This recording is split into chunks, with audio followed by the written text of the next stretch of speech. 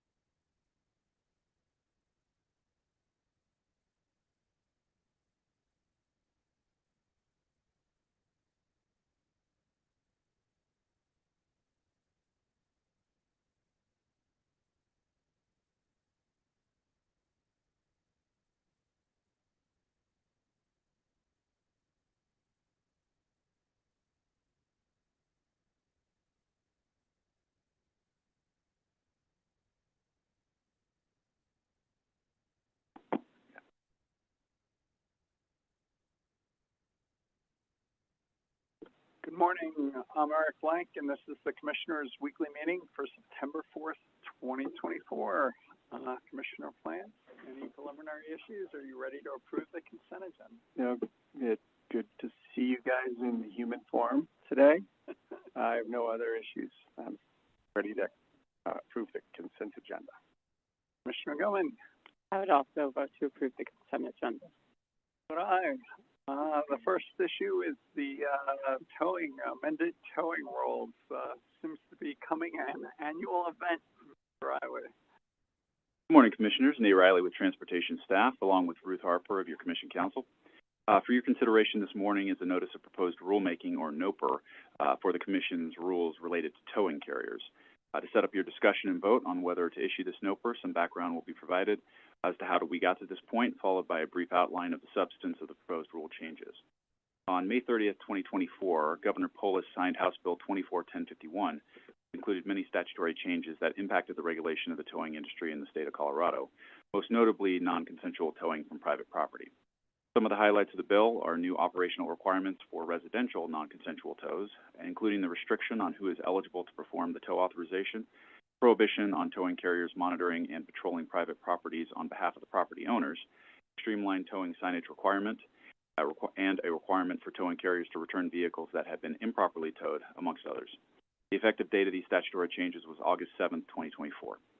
Since the passing of House Bill 24-1051, Commission staff has been thoroughly reviewing the bill and incorporating all applicable standards and requirements into the current rules, while at the same time striving to keep the rules simplistic and easy to understand. Staff has necessarily expended much time and effort into the process in order to revise as little as possible the existing language and framework in the towing rules, with the goal that the resulting amended rules will be easier for towing carriers to incorporate into their established practices and operations, and also more understandable for consumers. Staff has also engaged with stakeholders and received their feedback on these proposed rule changes, most notably during an industry-wide stakeholder event held on July 31st, 2024. Many of the proposed rule changes present in this NOPR are based on the statutory changes of the recently passed legislation. However, there are some other changes that are being addressed and considered as well. It is important to note that many of the new statutory changes simply codify standards that were already in place within the Commission's rules or expand upon the same. Even so, minor changes and alterations of these rules were still made when necessary. As with the implementation of previous legislation, specifically House Bill 22-1314, and due to the applicability language found in 405 or 40-10.1-4059 CRS, split between residential private property tows and tows from commercial private property and law enforcement ordered tows is not always clearly delineated. As a result, the proposed rules take a very careful approach to implement the statutes correctly and integrate the new statutory requirements with the existing consumer protections already in place within the Commission's rules. Part of this process, the proposed rules implement the policy determination that the legislature, in enacting these new statutory protections that are at times focused more on residential private property tows, not extend to the point of stripping any existing consumer protections already found in rule from other types of tows performed under non-residential circumstances. As part of the process, staff held the aforementioned stakeholder event to review the legislation and discuss how the new and amended rules would be incorporated into the Commission rules. The NOPR incorporates input from this stakeholder event and seeks further comment on issues raised by stakeholders for further consideration. Finally, the NOPR requests participation from the towing task force during the rulemaking process to whatever extent is appropriate. At this point, we are happy to answer any questions you may have, or we can move on to the recommendation. If you could give your recommendation, that'd be great. It is recommended that the Commission open a notice of proposed rulemaking in regards to the proposed amendments to the Commission's towing rules and refer the proceeding to an administrative law judge. Commissioner Plant? I agree with the recommendation. Bowman? Good work, Mr. Riley, Ms. Harper. Appreciate your thorough explanation of changes, and I also agree with the recommendation. I'd echo Commissioner Goman's thanks and vote to support the recommendation, and that can be an ABC order opening the proceeding, issuing a notice of proposed rulemaking, and referring it to an ALJ. So thanks to both of you. Thank you, Commissioners. Proceeding number 16A-04360, Black Hills 2016 Electric Resource Plan. Mr. DeCenzo. Good morning, Commissioners. Mitchell DeCenzo of your Commission Council. On August 30th, 2024, Commission trial staff filed the second motion for an extension of time to file 2023 Renewable Energy Standard Compliance Report and for a waiver of response time to the motion. Previously, on August 1st, 2024, staff filed a motion for extension of time to review Black Hills Compliance Report. The Commission granted staff's motion and extended the deadline to file its review to August 30th, 2024, and waive response time. Trial staff now requests a second extension, stating that while it was finalizing its report, it noticed an issue regarding adjustments to revenue from the company-owned Peak View Wind facility that requires further investigation. Staff requests an extension of time to September 13th, 2024. Staff states its motion is unopposed, as confirmed through correspondence with Black Hills, and that no party will be prejudiced by the extension and waiver of response time. I can pause here for any questions or discussion, or proceed to offering a recommendation. If you can give us a recommendation, that'd be great. Council recommends granting staff's second motion for an extension of time. Staff states good cause for an extension of time to file its review and as for a waiver of response time as well. Commissioner Plant? I agree with the recommendation. Commissioner Goman? I also agree. As do I, and that can be an ABC order, Mr. DeCenzo, so thank you. Thanks. Let's skip 2 and 3, hold them till last. Proceeding number 24A-096E, Mr. Gomez, Mr. Foreman, Public Service Company Wildfire Mitigation Plan.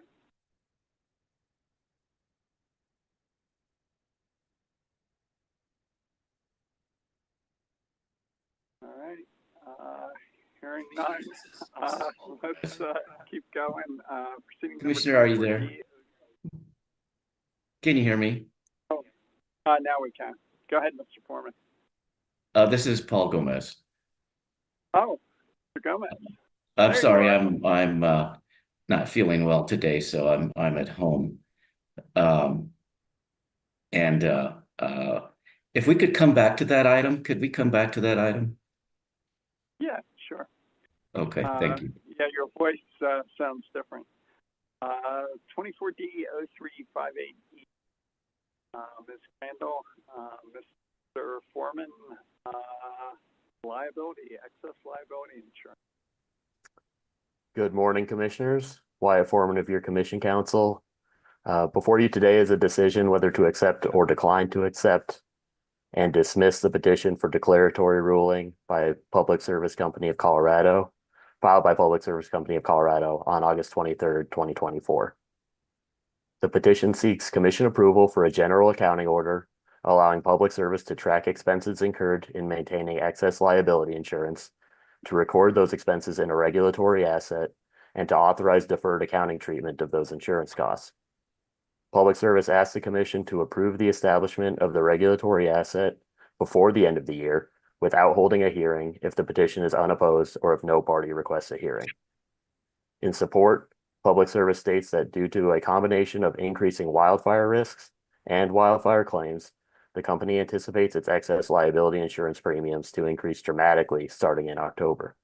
The company emphasizes that despite these increased premiums, it is still prudent for it to maintain excess liability insurance to limit the risk of catastrophic claims that cause it to incur financial stress and ultimately increase the costs of the company's service.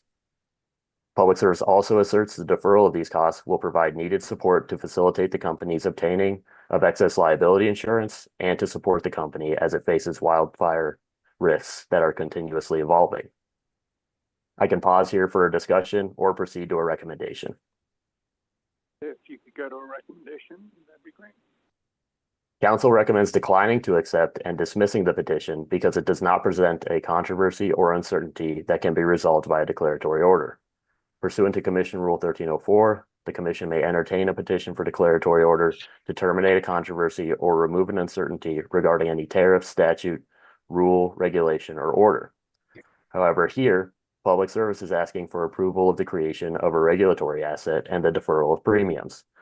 Council believes a declaratory order is an improper procedural mechanism for approving this request because Public Service's request does not present a controversy or uncertainty.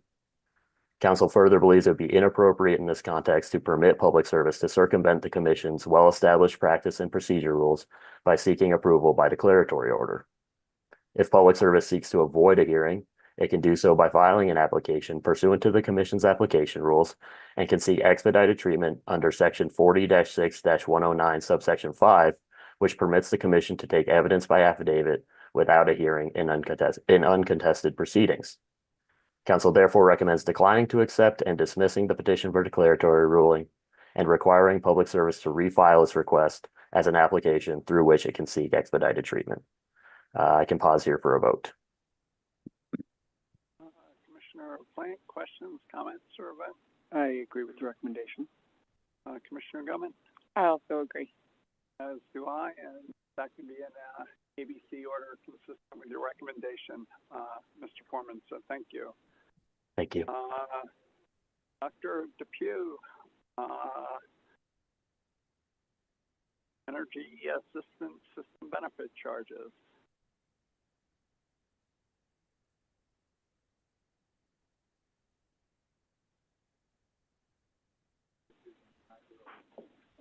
Good morning, Commissioners. This is in the matter of Energy Assistance System Benefit Charges for 24-25. Pursuant to 4 CCR 723-3-3412 and 4 CCR 723-4-4412 to be effective October 1st, 2024. The Energy Assistance Benefit Charges, or EASBC, is a fixed monthly charge collected by the regulated electric and gas utilities from all ratepayers unless they opt out or are otherwise exempted. The EASBC was enacted as a result of Colorado House Bill 21-1105 and is codified in the statute at 40-8.7-104 brackets 2.5 CRS. EASBC provides financial funding for income-qualified energy assistance programs. The Rules 4412M of the Rules Regulating Gas Utilities and Rule 3412M of the Rules Regulating Electric Utility provide for the ESBC to be adjusted for inflation annually in accordance with the changes in U.S. Department of Labor's Bureau of Labor Statistics Consumer Price Index for Denver, Aurora, and Lakewood. And this becomes effective from October 1st, 2024. The rules also prescribe that direct the Commission staff to compute the charges adjusted by the index and to send a letter to each utility stating that ESBC charges to be paid for by the consumers during the next calendar year. The staff has considered inflation in accordance with the data from U.S. Department of Labor, Bureau of Labor Statistics for the area of Denver, Aurora, and Lakewood, which stands at 1.9% for the time period from July 2023 to July 2024. As a result, the ESBC computed is USD 0.81 or US cents 81 for the period starting October 1st, 2024. This is an increase of monthly bill by 2 cents. And pause here for recommendation or... Yeah, if you could give us your recommendation, that'd be great. The staff recommends that a new M docket be opened and new monthly ESBC of 81 cents be approved, which shall be effective from October 1st, 2024. And the PUC director can be authorized to send the letter on behalf of the Commissioner Plant. I agree with the recommendation. Commissioner Gilman. I also agree. As do I, and that can be an ABC order opening the miscellaneous proceeding consistent with your recommendation. So thank you, Dr. DePia. Thank you. Let's jump back to item number 2, proceeding number 22A-0315EG. Ms. Dundas, Mr. Mendelson. And also, I'd say let's combine this with proceeding number 23A-0589. Public Service Company in Colorado, DSM, across multiple years. Mendelson, Ms. Dundas. Good morning, Commissioners. I'm Mike Mendelson of your advisory team. I'm joined by Lindsay Dundas of Commission Counsel. Over the past several weeks, the Commission has been informed that Public Services energy efficiency business programs have experienced far higher than expected participation and expenditure. These programs are currently paused, and the company is no longer making payment on completed work, which they refer to as in-review applications, as well as work or projects that are in progress or pipeline applications. The EBC and SWEEP filed a petition for a declaratory order and a motion for an injunction to terminate the company's pause in the business programs. The company responded with a motion requesting an increase in the 2024 budget by $34.1 million and a presumption of prudence on such expenditure. As alternatives to this preferred solution, the company suggested the Commission funds $18 million of in-review applications or none at all. Those latter options would require the company to delay payment to its DSM vendors until 2025 when more funds become available. UCA staff, CEC, and Climax argue that against any increase in 2024 budget, contending it violates the terms of the settlement agreement in 22A-0315EG, the company's DSM plan, as well as their due process rights to evaluate evidence and cross-examine company witnesses. CEC states that if the Commission reversed course on its prior decision limiting budgetary spending, it would send the resounding message that cost containment has no meaningful place as part of this energy transition. UCA suggests that company is solely at fault for the challenge presented here, and the present situation does not amount to an emergency due to public safety or system reliability. UCA submitted as an attachment to its most recent response company's Q1 stakeholder meeting presentation that offers some insight that the company understood the budget constraint as early as May this year. EEBC, SWEEP, WRA, and CEO support the company's proposal and increase the DSM budget by the expected amount, but recommend specific conditions. These parties and Public Service all note that the additional DSM expenditure is likely to be highly cost-effective based on the utility cost test. The company states it cannot calculate mid-year 2024 results at this time, but if the company's preferred alternative of $34 million had been added to its DSM portfolio of last year and brought no additional savings, it still would have resulted in a net benefit of $100 million. And that the 2023 portfolio achieved energy savings at a cost of just 1.19 cents per lifetime kilowatt hour, far below any supply-side resource. EEBC argues that overachievement in DSM could reduce pressure on its near-term supply-side needs, and that current participants in the company's DSM programs have been paying into the company's DSMCA rider for years without the opportunity to receive rebates.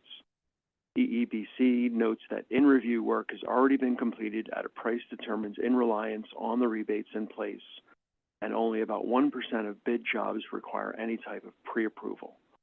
They also state pipeline projects cannot easily be modified as they are in various stages of evaluation and implementation. From advisors' perspective, and as evidenced by the company's 2 supplemental responses, the underlying problem stems from the fact that A, the DSM programs are primarily marketed by DSM vendors, that is EEBC members, who have no insight into overall DSM activity. B, the DSM programs are managed on an implement first, buy and get rebates second basis, causing an administrative lag in program implementation and budget expenditure. C, when the company noticed that spending was well above expected levels, it decided to terminate additional bonus rebates and make other program design modifications. By giving the vendor community 60 days notice of these changes, it initiated an additional rush for these lucrative offers. And D, program spending was planned from the outset and approved by the Commission to include both the base and flexibility levels. Accordingly, there was no actual budget flexibility to deal with these unforeseen. Another aspect of the current problem is due to the lag between adjudication and implementation associated with DSM planning. The company was working under the 2023 plan, approved in 22A 0315EG, but was in essence spending funds approved for 2024 to 2026 by its latest Strategic Issues application, 22A 0309EG. The DSM plan for that SI proceeding is currently under final review in 23A 0589EG. While the electric EE program funding levels did not change, the company argues that this overage should only be viewed in the context of the prior DSM plan and not the plan that was intended to manage 2024 expenditures. I suggest that we start the discussion on the company's budget motion.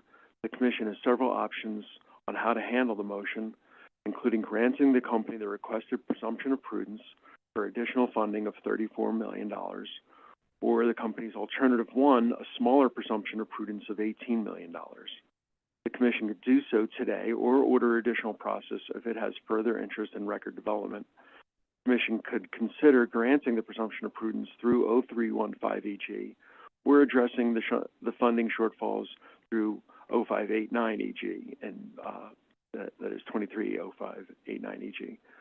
The Commission could also grant the company's alternative 2, which would deny any additional presumption of prudence but allow the company to pay out current or future rebate applications no earlier than January 1, 2025. Or the Commission could deny the motion outright. While those are the options for the final outcome, I suggest that having a Commission on 3 fundamental issues will aid the deliberation in the company's budget motion. Depending on how the Commission votes on the first 2 prompts, advisors and counsel will lay out the regulatory steps to facilitate that. The first question for your consideration is, how should the Commission handle in-review and pipeline applications for work completed or initiated in 2024? Quickly, the company contends they are under no obligations to pay the vendor community for applications not yet approved. It notes in its second supplement that there is roughly $18 million outstanding of in-review projects, $16 million represented by the pipeline projects. EEBC argues the company's assertion completely ignores doctrines of promissory or equitable estoppel, where DSM contractors reasonably rely on the company's rebates and act in accordance with the company's inducements. They also note that vendors are relatively small entities and have to balance their workloads, abilities to implement DSM effectively, and obligations to their employees. EEBC also suggests that in many cases, a vendor has already baked the rebate into their pricing with a customer in the form of a bid and started the work on that project. Accordingly, the vendor or contractor has already relied on the rebate for for what the company considers in pipeline applications, and that the DSM plan exists as a critical market structure. UCA staff, CEC, and Climax argue that the overage is entirely in contrast to the 22A0315 EG settlement, and approving the overage would cause harm to future settlements.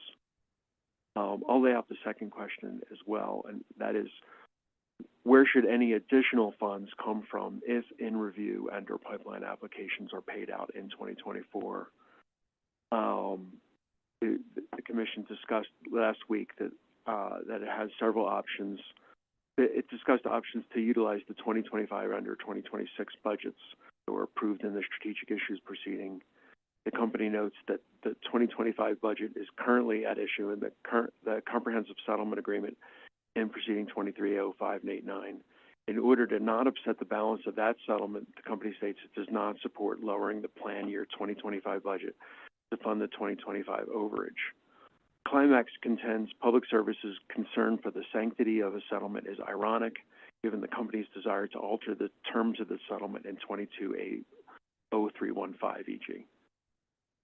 Advisors note that the settlement in 0315 is actually approved, while the settlement in 0589 is still under review. We also note that if the Commission wished to consider the 2024 overage in the context of the budget approved in the strategic issues proceeding and the 24-26 plan, it has the option to do so, which would require rescinding its decision to refer the proceeding to an ALJ pursuant to 40-6-101-2A. I'll pause here for your discussion, Ganesh. Thank you, Mr. Mendelson. And maybe I'll jump in first and then turn it over to the both of you. I've struggled with this decision and would note that there were good arguments raised all around. I found compelling arguments on both sides, including the fact that the programs are highly cost-effective and support an ecosystem of vendors and their employees who will be needed to implement these programs over the long run, as well as the need for cost containment and to comply with the budget caps under our previously approved settlement agreement. Given this tension, I would share the following thoughts. First, I don't want to shut down these efficiency programs through the end of the year for the reasons outlined by SWEEP, and WRA surrounding the reliance interests and needs of the vendors, and as we've discussed over the prior weeks, that doesn't work for me. At the same time, I don't want to modify our prior decision approving the 23 DSM settlement agreement and the hard budget caps. As UCA, CEC, and Climax point out, it sets a terrible precedent for future settlements agreements, makes it easier for the parties to ignore our prior orders, and creates a sense that there aren't real economic trade-offs because non-participating customers will always make up the difference. I also think UCA and CEC raised compelling concerns about the due process that would be required to move beyond the previously approved 23-24 spending caps. For me, these due process concerns make it inappropriate to decide to lift these caps today. Even a rough limited hearing process in the coming days in a case that has a closed record and a prior Commission decision approving an unopposed settlement agreement would still raise material due process concerns, and adding more process would slow down getting these programs back up and running. So to try and reconcile these competing goals, I point out that we have an alternative option given the ongoing DSM planning proceeding active before the Commission in docket number 23A-059EG, which has been noticed on this agenda. While I get the company's concerns about moving away from a settlement agreement it signed in that case, from where I sit, we haven't issued a ruling or approved that settlement agreement, which for me provides some considerable additional flexibility. As always, the ALJ who has this case has handled it extremely competently, and I have no doubt would have issued a thoughtful and well-supported recommended decision. I greatly appreciate her efforts to drive this case toward an unopposed settlement agreement. However, because of this known and ongoing overage issue, and because of the additional time required for exceptions, I think it would be wise for us to take over this proceeding so that we can quickly address these broader issues. that this is even an option is only because of the work the ALJ did to get the proceeding where it is now. So I'd allow the company to bring some of the 2025 funding forward to help address this current situation. This approach does not require a modification to a prior order approving an unopposed settlement agreement and its budget caps, and sends a clear message to the parties that we collectively live in a world of real budget constraints while still honoring the company's pre-existing commitments to the vendors. To get this done in a timely way, I suggest that we do not address the continuation of these programs through the motion before us today in 0315 EG, and instead unlocking the funding for the remainder of this calendar year through the 0589 EG docket. We can make small but meaningful and procedurally appropriate changes to that settlement agreement to quickly get these programs up and running. So that's what I'm thinking. Really curious to hear where you guys are coming from. Yeah, thank you, Mr. Chairman. And I kind of came down in the same place. I think we have a difficult position in front of us with respect to the existing settlement that we're seeking to, or that the company is seeking to change. But as you mentioned, these are very cost-effective programs, and I think it's important for us to stress, as Mr. Mendelson stressed as well, that this expenditure actually is reducing the cost for ratepayers through, I mean, call it what it is. I think they're called business electric energy efficiency programs for indoor agriculture, but they're grow houses for the most part. That's what we're talking about here. And you know that obviously they use a lot of lights, so lighting is a huge part of this. But there's also, and then heat pumps for heating and cooling is also another big part of this. But the thing about it is that they really work in conjunction together. So inefficient lighting contributes a great deal to heat, particularly in the summertime, and that leads to higher air conditioning loads precisely when we don't want to have them. It does, having more efficient lighting reduces that air conditioning load or that heat pump load in the summertime when we need to reduce that load for the benefits of the entire system. May contribute to a little bit of heating requirement in the wintertime, but those are not times when we have those peak constraints. So there's a combination effect here that I think is really important to point out. I think that the approach that you've outlined is a good one, and it occurs to me, and I wanted to just kind of see what you guys think about the issue. Obviously, right now, there's a settlement. Anything we would do to the existing settlement would be, as other interveners have pointed out, an exception to that settlement and would fundamentally change the settlement they agreed to.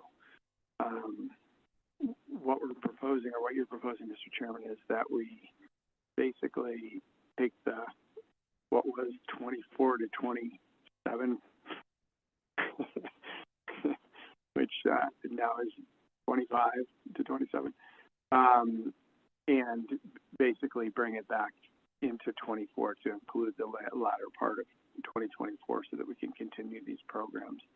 But what that does is maybe buy some time as well for the settling parties to get together over the next however long it takes for them to have stakeholder meetings, or it's a 90 process, or whatever the process is that the stakeholders and the participants in the existing settlement in that case to see if they can come up with an agreement for the back end, which doesn't hit until 2026 sometime. And I think that gives us maybe a little bit more time to find some sort of a solution that the stakeholders might be able to agree upon I mean, I think our expectation can be, if we're pulling this money forward from a existing time period, that there is a high likelihood of having a shortfall in 2026. But identifying that now gives us at least a little time to give the stakeholders an opportunity to maybe come together and try and come up with some sort of agreed upon solution to address that prior to the end of that period. But it wouldn't be a part, obviously, of this decision. But I think that opportunity now would be out there to try and address it on the back end.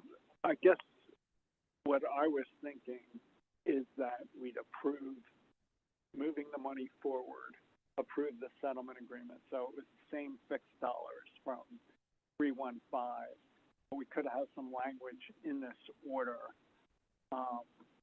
suggesting that if funds are inadequate, parties could come back and ask for more, and then that would be in an appropriate process with due process, time to look at it, and time for the parties to explore what's really needed. So that's what I was thinking. Is that more or less consistent with your thoughts?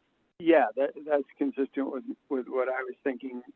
I think we can anticipate that it's going to happen on the back end, and so that the parties to the settlement maybe start to think about what that might look like. But at least we have a little bit of time to address it that we don't have right now. Commissioner Gilman, anywhere you'd like to go? I expressed last week this is a painful one. It doesn't feel like there's a really quick resolution here, and it does not feel like we're probably going to reach a win-win that satisfies the majority of the parties here. I certainly agree with you, Chairman, with respect to, and Commissioner Plant, with respect to these being programs that are highly cost-effective and ideal to pursue, and not see the sort of disruption that we've seen already, in addition to, really customer and vendor reliance upon these programs moving forward, and their ability to also purvey these programs in the future and kind of perpetuate the success of these programs and the kind of damage that an ongoing disruption does to that ability. So I, too, am interested in seeing this money flow as soon as possible to ensure that we have continuity in these programs for the vendors, for the customers, and so that we can really ensure continued success of these programs going forward. Probably the worst case scenario here is that we really harm the cost effectiveness and ecosystem that can deliver cost effective energy efficiency savings going forward. And I think this was brought up, but we kind of have this ecosystem of different proceedings going on. We've got 315. I mean, we've just started referring to them by the last 4 digits because 3 or 4 digits, because there are literally so many. But 315 was the 2023 plan, which was pulled forward to 2024 due to the lag in adjudications of the other things going on. 22A 0309EG was the strategic issues proceeding that covered gas and electric for the years going forward. And then we've got, I think it's 23A 0589EG, which is the current plan proceeding that's still open, as you mentioned. One of the things that was a little bit confusing to me, honestly, when this started, was in 309 when we looked at a strategic level, kind of moving forward, what should we set some of these things for going forward. The thing I remember identifying was the site of, there's a bit of a false precision in setting these exact budgets for exact years, and there could be a little float.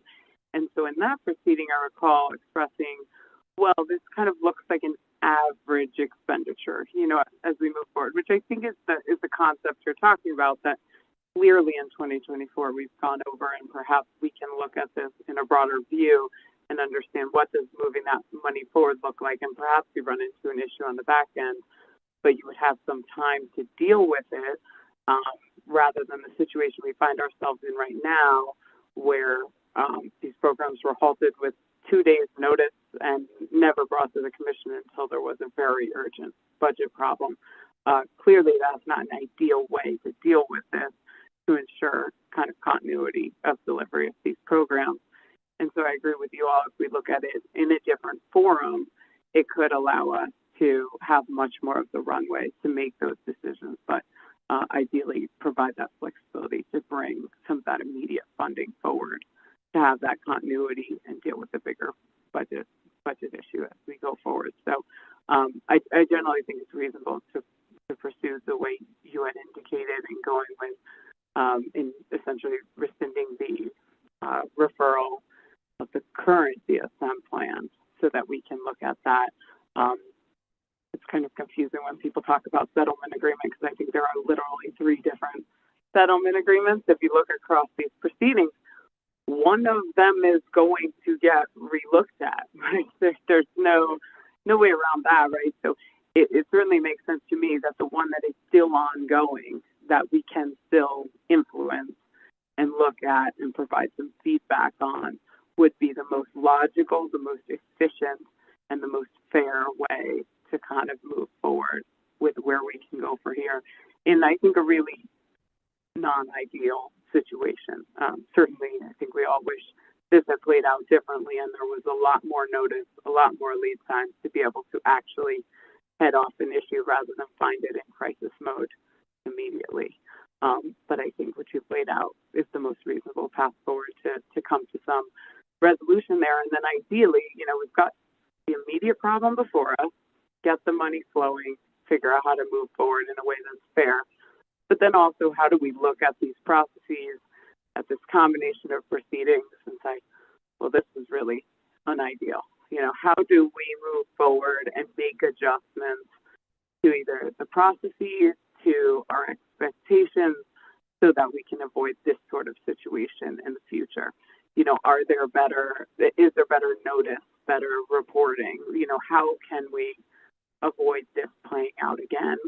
And I know that the company makes some arguments in their filing that we can't kind of possibly order some modifications to how they do things. I think that is up for debate. Clearly, we found ourselves in a situation where it looks like perhaps the processes could use some refinement.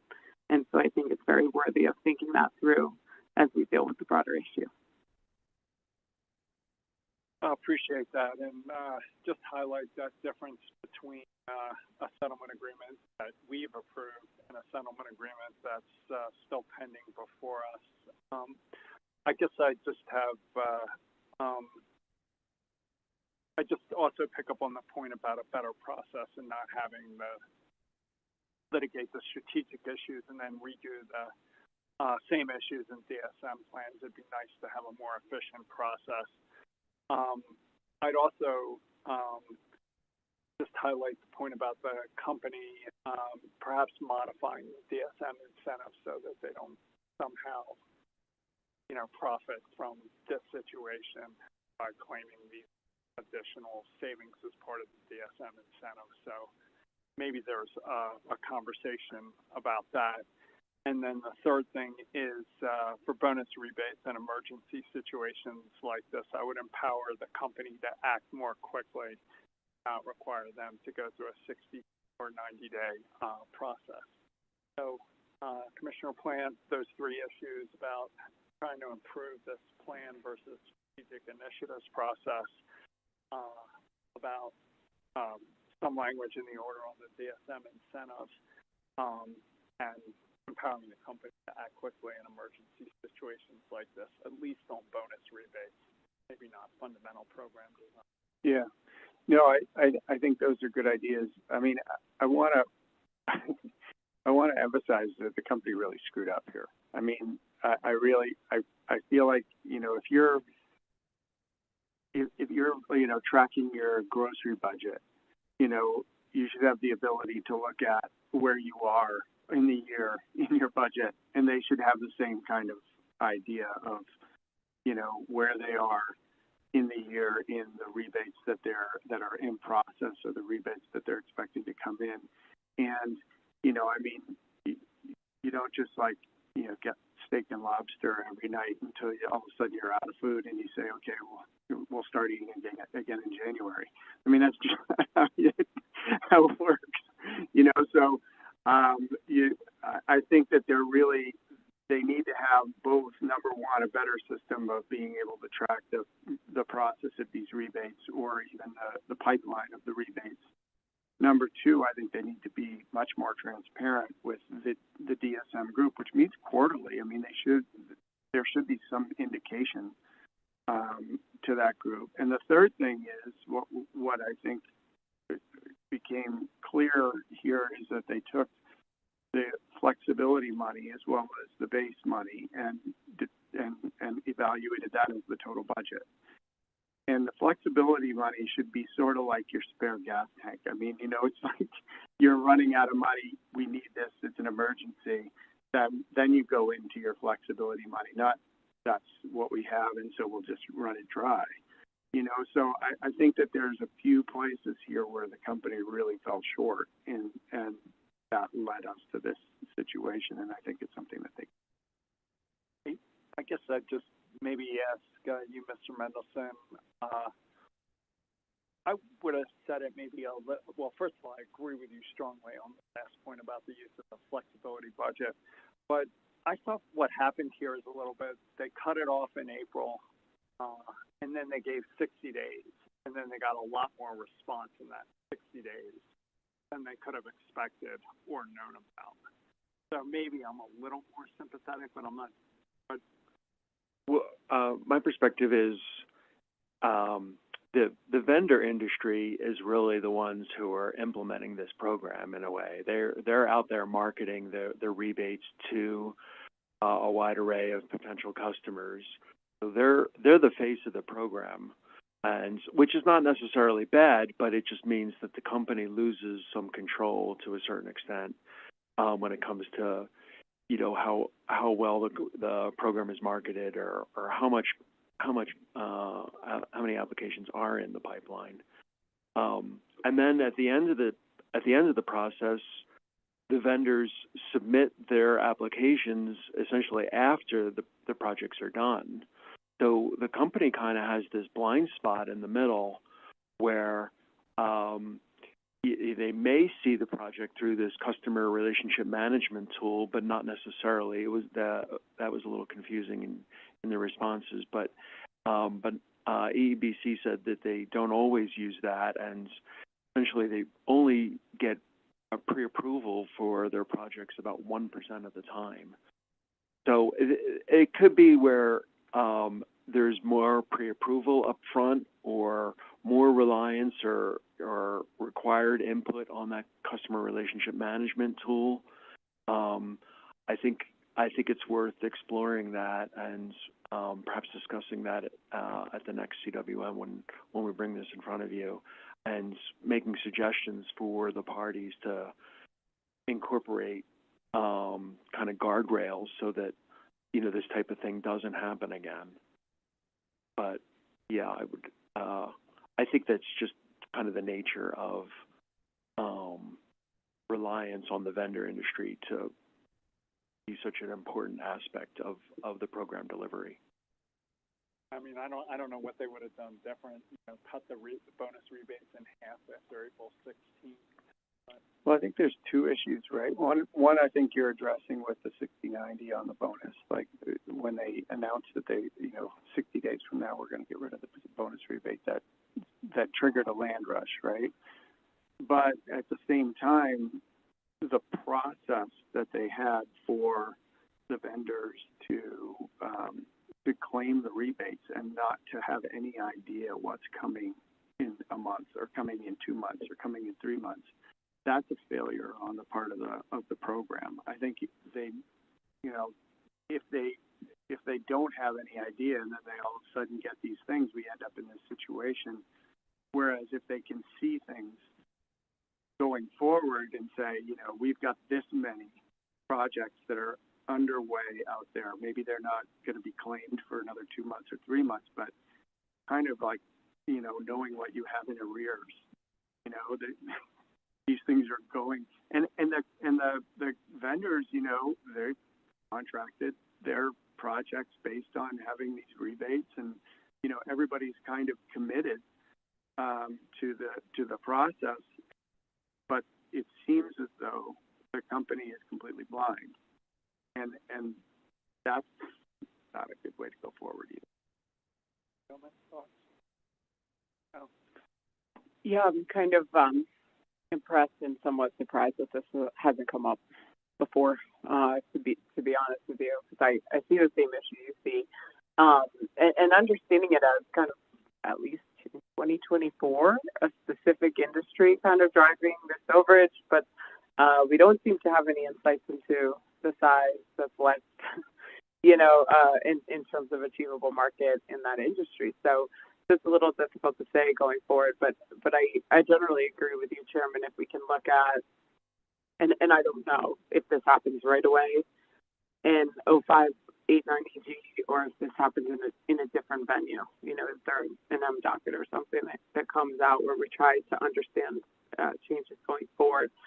But what should be the appropriate kind of method for modifications to rebates and bonus rebates, especially in the situation where you're finding yourself in a more desperate situation, so you can avoid what we saw here, but also to just ensure it's predictable enough but nimble enough that we can actually make changes where needed. I think you discussed the idea of potential pre-approval for projects. It's quite possible coming out of this that a lot of that vendor community will be very interested in pre-approval of projects. You're probably not going to experience this as a vendor and think that the situation will work perfectly from here on out. So it may be possible that we find there's interest in that from more than just us in terms of assurance of delivery of these programs moving forward. And then whatever the right venue is, it's hard to believe for me it would be 0589EG, but maybe it's a follow-on M docket, it may need to be discussed next week. How do we talk about the relationship of these different proceedings in a more global sense moving forward? Because I tend to agree with you, Chairman. We do the strategic issues proceedings, then you have the plan proceedings, right? And I've seen in some cases when they were combined and it was very difficult. There were so many issues to deal with.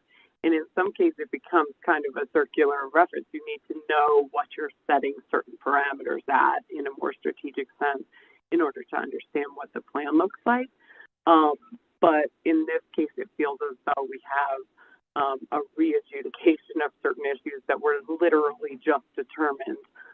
And that's just incredibly inefficient and difficult to deal with. So I think there's just, this probably brings up a situation of us having to have some forum to look at what is the appropriate use of the strategic issues, what is the appropriate use of the plan document, how do you deal with that to efficiently get to an outcome, kind of in the quickest and most concise way to move from point A to point B. So I think all of those are future discussions, and perhaps we can talk with council, talk with advisors. What of that do we try and take up? 589EG, what do we take up in some sort of other follow-on to figure out kind of the longer lasting thoughts coming out of this issue? I guess, Ms. Dundas, Mr. Mendelson, it sounds like we're going to reject the motions in 0315EJ, and we're going to bring back 0589EG next week. After, I guess we're going to rescind this referral order and bring that back for next week. Is that sort of where we're at, Ms. Dundas, Mr. Mendelson? Sorry, I see 4 steps. Correct me. So it would be rescinding the referral order in 0589EG, denying the motion in 0315 with the guidance that this will be resolved through changes to the settlement agreement next week, hopefully. Vote to denying the declaratory or the petition for declaratory order, and vote for denying the preliminary injunction. Does that make sense to me? And do we have to deny the settlement agreement? I mean, all we're really doing is modifying it to allow funding to be spent early. right? No, I didn't mean to say we were denying the settlement agreement, but I'm sorry, rescinding the referral order. So that would come, 0589 would come back. We would be, the commission would be denying the motion for the budgetary motion in 0315, denying the declaratory order petition made by EEBC in 0315, and denying their preliminary injunction motion. On this, yeah, for the good of the listening public, I'll probably present quickly those last two and get votes on the outstanding motions in 315 EG, but I think Mr. Mendelson has the rest correct. So there'll be two orders coming out of today. One order addressing the outstanding filings in 315 EG. We've taken the commission's taken a vote so far, I believe, to deny the motion for an additional presumption of prudence outright, with the guidance that maneuvers to address the spending shortfall will be taken up next week in 589 EG. Next week in 589 EG, you'll also take up the merits of the settlement. So there's been no vote to deny, modify, or accept that settlement so far. And then there'll be a second decision coming out of today, docketed in 589 EG, rescinding that referral order pursuant to, I want to say 46-101-2A. So if that all makes sense to you, I can quickly present those other two. let me just confirm, Commissioner Plant? Yes. Commissioner Gilman? Yes. I agree as well. So, cat's out of the bag perhaps, but on August 5th, EEBC and SWEEP had filed a response and petition for declaratory order in the 315 EG docket. This came out of the notice they received on July 31st from Public Service to DSM contractors, telling them to stop working on all projects and that rebates would not be paid out for the rest of the calendar year. In response to that, EEBC and SWEEP argue that this unilateral move is bad for customers, the DSM industry, and worse for the continued success of the DSM programs in Colorado. In light of that, they filed a petition for declaratory order and arguing that the commission has the authority to enforce its orders and do all things necessary to effectuate the public interest. They seek an order that the company must implement changes to its DSM and BE offerings through the 60-90-day notice process, which they assert did not happen here. They request that the commission grant its petition for declaratory order pursuant to Rule 1304I1. In order to accept the petition for declaratory order, the commission must consider whether legal controversy exists to terminate. They argue a legal controversy does exist, and that's namely whether the company needs to use the 60-90-day notice process to stop awarding rebates and incentives as the company has done here. So for decision today is whether to accept or decline to accept the petition for declaratory order. Which, do you have a recommendation? Sure. I think in light of most of your conversation, the issue is mostly moot, at least within the 315 EG docket. The commission also has broad discretion in whether to accept or deny a petition pursuant to Rule 1304, which states that at its discretion and prior to issuing notice, the commission may dismiss or otherwise not accept any petition for declaratory order. So while there may be a controversy here, I think the commission's resources are better used addressing that somewhere else than through this additional process of a declaratory order. Commissioner Plant? I agree. Commissioner Gilman? I also agree. As do I.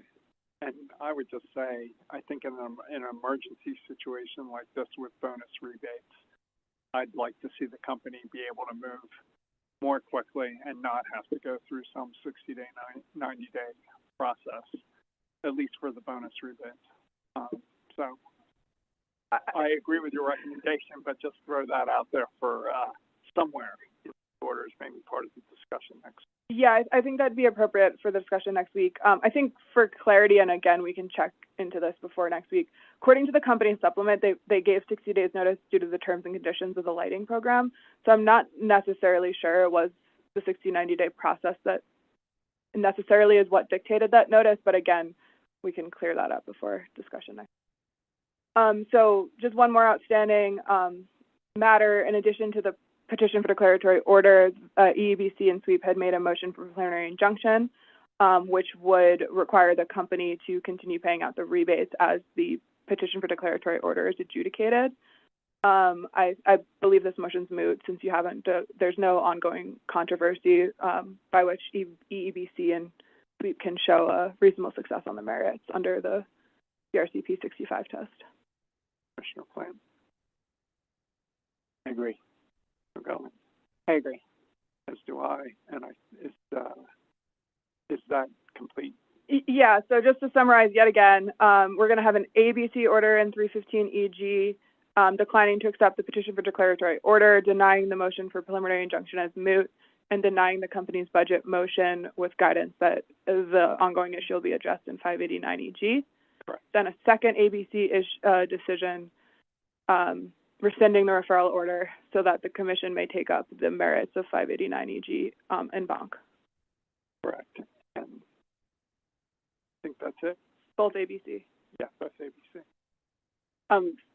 Just a question, Ms. Dundas, with regard to the denial of the motion in 315 EG, which was the one submitted by the company, would it be appropriate or possible to add in there some commentary that kind of would essentially reference the other decision or issues to come, just essentially reiterating what we've said before and said live here, that the commission would like to immediately see funding flowing for cost-effective energy efficiency programs, and that we believe a prolonged pause has the potential for significant harm for this industry. However, the way it's been brought and played out before the commission, including many of the shortcomings identified by the chair, was really not primed for action or success within that venue, and therefore we're pursuing it in the other venue, which has a lot more optionality for us going forward. I just think that's helpful context with respect to the denial of the motion in 315 EG to kind of refer to where we see it playing out, if that works for you. Yeah, Commissioner Gilman, so what I'm hearing is you want to reiterate some of the discussions had over the last few weeks that there's interest in these programs getting up and running as quickly as possible. The Commission is trying to do that in light of like the procedural constraints, and that what is at discussion here is whether the company has essentially pre-approval or presumption of prudence for this spending, but there's nothing stopping them from spending. That's correct. I think reiterating that is helpful, and as well as kind of our discussion here that unfortunately with this sea of proceedings, the motion in 315 EG does not appear to be really the best venue to proceed with this, especially given the shortcoming indicated by the chair. So we're trying to pursue it in the venue that looks to have the best optionality for us. I just think it's helpful context in that we generally tend to support the notion of continuing funding, which is ironic with the denial of the motion. So I just think some of that elaboration in terms of the context and why we're denying it and moving to it helpful, if that can be included. Support that. You okay with that, Commissioner? Yes. All right. Thanks. Back to you, Mr. Gomez. Let's see if I can even find it. Item 4. Proceeding number 24A-0296E, wildfire mitigation plan. Yes, thank you for the accommodation, commissioners. Appreciate it. On August 29th, Public Service filed its notice of conferral, an unopposed motion to approve the consensus procedural schedule and request for waiver of response time. That was in response to your decision number C24-0575-I, in which you requested that the parties confer on a procedural schedule. The schedule filed by the parties sets out, basically, I just touch on some of the more major milestones. Answer testimony, well, in the need for supplemental direct testimony, that would be due Thursday, October 10th. Answer testimony would be due Friday, November 22nd. A technical conference that you had set out in that previous decision, where the company will present the functioning of the TechnoSilva software to support its updated wildfire mitigation plan and its public-facing outage map. including for purposes of the public safety power shutoffs, would be December 18th. Rebuttal and cross-answer testimony, January 10th. Any stipulations or settlement agreements would be due January 21st. Settlement testimony would be due January 27th. And a 9-day hearing would commence on Monday, February 3rd. Now, the parties did note, or the company did note in this filing that it is not proposing to waive any statutory timelines to accommodate this schedule. Instead, it states that it was designed to comply with the statutory deadline of this proceeding, while also acknowledging the busy holiday season that occurs in November and December. They also set out the discovery schedule and the other items necessary for the hearing. So with regard to that, I do have some additional recommendations for you, unless you do have some discussion at this point. No, if you could give your recommendation, that'd be great. Okay, given the proposed procedural schedule that the parties filed, I would recommend vacating the September 11th pre-hearing conference that you had previously scheduled.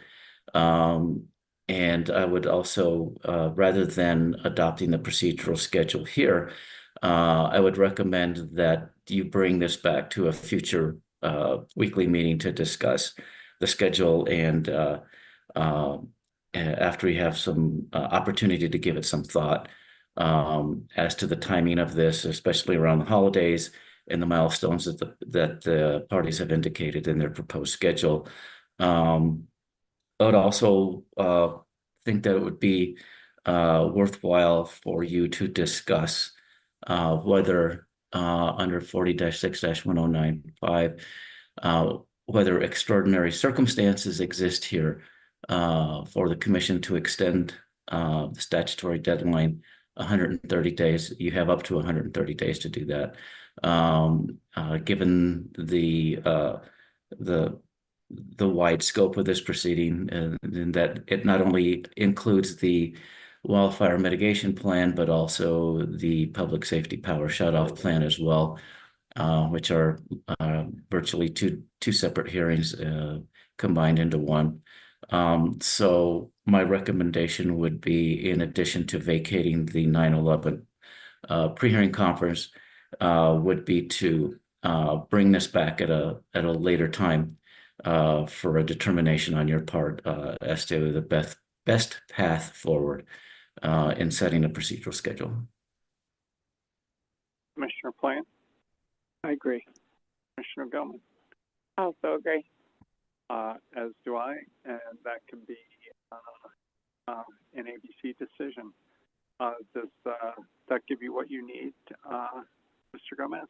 It does. Thank you. Commissioner Plant, anything else, or are you ready to adjourn? I am ready to adjourn. Commissioner Gilman? Nothing additional. With that, we're adjourned. Thanks.